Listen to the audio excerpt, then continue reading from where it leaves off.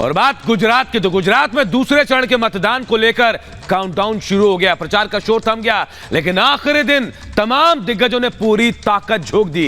BJP की तरफ से उत्तर प्रदेश के मुख्यमंत्री योगी आदित्यनाथ, केंद्रीय मंत्री स्मृति ईरानी ने पूरा मोर्चा संभाला। तो वहीं देखिए, कांग्रेस की तरफ से भी दिग्गजों ने मोर्चा संभाला। आपकी तरफ से भगवंत मान ने मोर्चा संभाला था।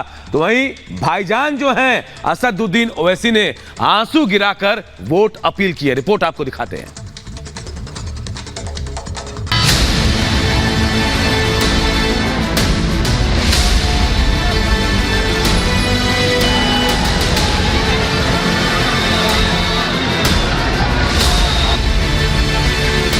गुजरात में दूसरे दौर के लिए वोटिंग का काउंटडाउन शुरू हो गया है। दूसरे चरण के लिए मतदान से पहले गृह मंत्री अमित शाह ने बीजेपी नेताओं के साथ बड़ी बैठक की। गांधीनगर में हुए इस बैठक में गुजरात के मुख्यमंत्री भूपेंद्र पटेल समेत कई दिग्गज नेता मौजूद रहे।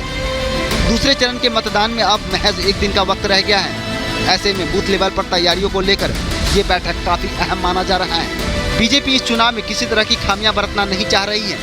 यही वजह है कि गृह मंत्री अमित शाह खुद इस चुनाव को मॉनिटर कर रहे हैं।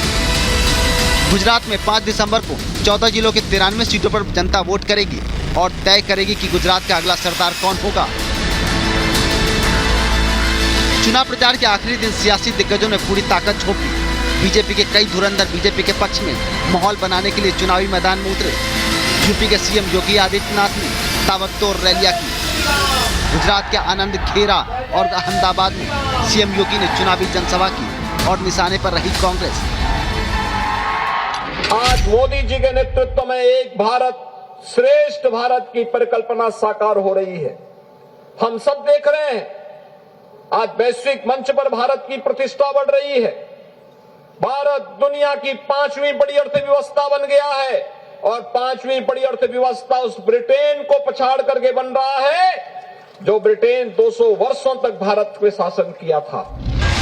गुजरात में चुनाव प्रचार के लिए उतरे योगी आदित्यनाथ ने एक ओर कांग्रेस पर करारा प्रहार किया तो दूसरी ओर बीजेपी सरकार की उपलब्धियां को भी गिनाया। योगी ने पीएम मोदी के गुजरात मॉडल की जमकर तारीफ की और जनता को बताया कि पीएम मोदी की अगुवाई में वैश्विक मंच पर भारत की प्रतिष्ठा बढ़ी है।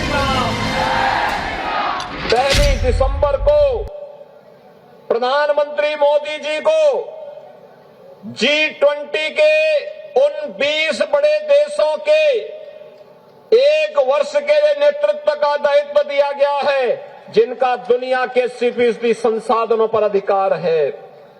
आजादी के अमृत महोत्सव वर्ष में इससे बड़े गौरव की बात ये बताती है कि वैश्विक मंच पर भारत की प्रतिष्ठा बढ़ रही है।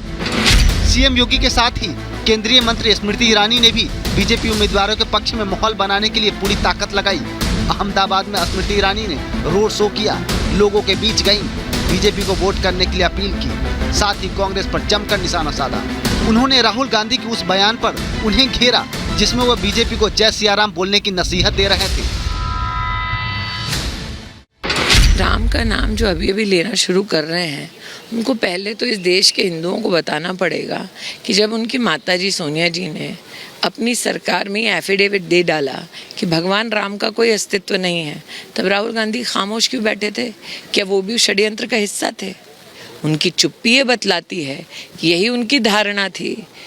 कोई भी हिंदू जानता है, सनातन धर्म में मानने वाला जानता है कि हमारे धर्म में किसी भी चीज़ की शुभ शुरुआत के लिए हम जैसे ओम श्री गणेशाय नमः कहते हैं, श्री लक्ष्मी का प्रतीक है। तो पता नहीं किसने उनको सनातन धर्म की अचानक इतनी जानकारी दी है, शायद ये जानकारी ना दी हो।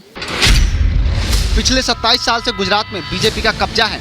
मोदी मॉडल ऐसा जलवा दिखाया है जिसे 2 दशक में कोई चुनौती नहीं दे पाया और इस जीत के सिलसिले को बीजेपी बरकरार रखना चाहती है। लेकिन कांग्रेस के साथ ही आम आदमी पार्टी भी गुजरात में जोर लगा रही है। वहीं AIMIM अध्यक्ष असदुद्दीन ओवैसी भी अपनी किस्मत आजमाने गुजरात के चुनावी मैदान में उतरे हैं। ओवैसी ने गुजरात में डेरा डाल रखा है और मुस्लिम वोटरों को लुभाने में जुटे हैं। साथ ही विरोधियों पर निशाना साधने से भी नहीं चूक रहे। या अल्लाह साबिर को MLA बना दे ताकि हम अपनी जिंदगी में दोबारा कोई बिल्किस को ना देखें। अल्लाह साबिर को MLA बना दे कि हम अपनी जिंदगी में दोबारा कोई बिल्किस को ना देखें। अल्लाह साबिर को कामयाब बना दे अल्लाह। गुजरात के मुस्लिम वोटरों को लुभाने के लिए ओवैसी हर दांव चल रहे हैं। खुद को सबसे बड़ा मुस्लिम हितैषी बताते हुए एक जनसभा के दौरान AIMIM मुखिया तो रो तक पड़े। अहमदाबाद की जमालपुर सीट से AIMIM उम्मीदवार के समर्थन में सभा करने पहुंचे ओवैसी अपने उम्मीदवार के पक्ष में वोट की अपील कर रोने लगे। अल्लाह साबिर को मिले बना दे कि हम अपनी जिंदगी में दोबारा कोई बिल्किस को ना देखे।